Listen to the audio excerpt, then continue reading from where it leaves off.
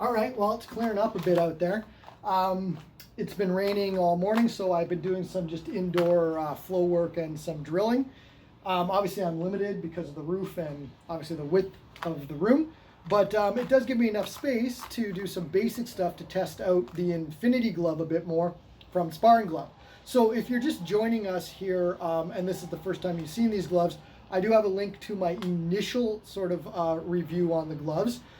This video is me trying to get an hour of use out of the gloves to see if there's anything weird about the inside of the glove, if there's any chafing, pressure points, just anything generally uncomfortable about the glove.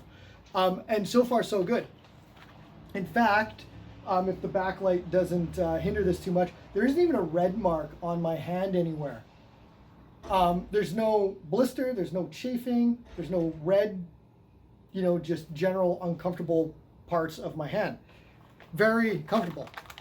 So that's after about half an hour. I'd say I've been I've been drilling for about half an hour. So I'm gonna put another half an hour in and see how that feels, but I'm pretty confident nothing's gonna change with the gloves. I do have a couple notes about the gloves. They are very light. These things have to be about 3.5 to 4 ounces.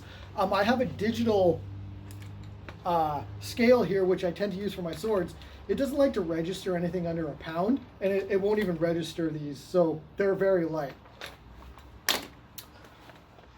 That's one good thing to note about them. Also, really easy to take on and off because, I'm at home, so I'm constantly taking drinks and stuff like that, so really nice. They are as mobile as my first impressions were when actually doing flow work with the swords. And there's a couple nice things about it. I don't know how this is going to translate with that backlight, but if you can see this thumb piece here, how it has that really nice indentation there. That is really nicely formed on that plate. And the sword feels very natural on the indentation of your thumb.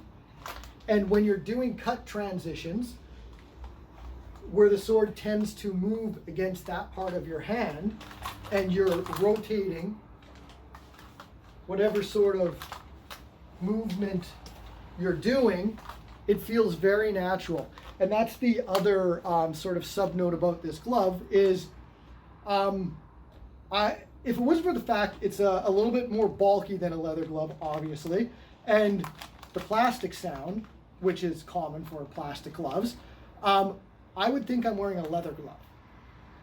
So that's another strong note. The wrist piece is really nice. Just no restrictions. Allows for a lot of good hand motion and technique. The only quirk I found, I'm going to call it a quirk right now, because I'm still kind of testing it out, and it's a little bit more. It happens a little bit more on this sword than it does when I'm practicing with my fetter, and you can see it has a shorter handle. So I tend to always have my hand a little ways away from the crossguard. Obviously, how you hold a sword is relative. You might find some videos out there of some people trying to tell you to hold a sword a certain way. If someone's giving you an absolute, it's wrong. It's all relative to the technique and what you're doing, and contextually, as Matt Easton would probably always say, right? So without me making a whole video on that, because it would be probably be just a big rant, in this case, sometimes my hand is creeping up right to the crossguard. And when that happens, same thing, I don't know if this is going to translate well on camera.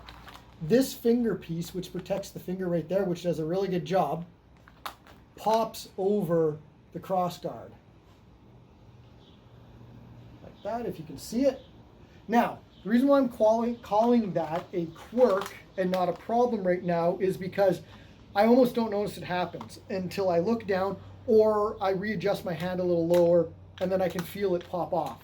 But that's it. I just feel it pop off. In no way has it actually, even if I put it there physically and then start swinging the sword around in some way, shape, or form, I don't even notice it there, and then there you go, it's popped off again. So just something to note about that little plate. It does seem to go over top of the crossguard periodically.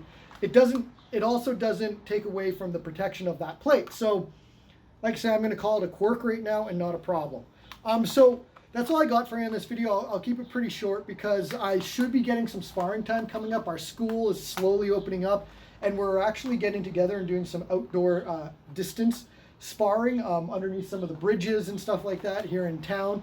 And so hopefully I'll be able to put an actual sparring video out of how I like these gloves in sparring. I've got high hopes for them. So please like and subscribe. You guys know the drill and the jazz. I shouldn't have to put a button up like a lot of people do. And I'll get back to you guys as soon as I can with yet another review of these gloves. So thank you guys. Have a good day or evening.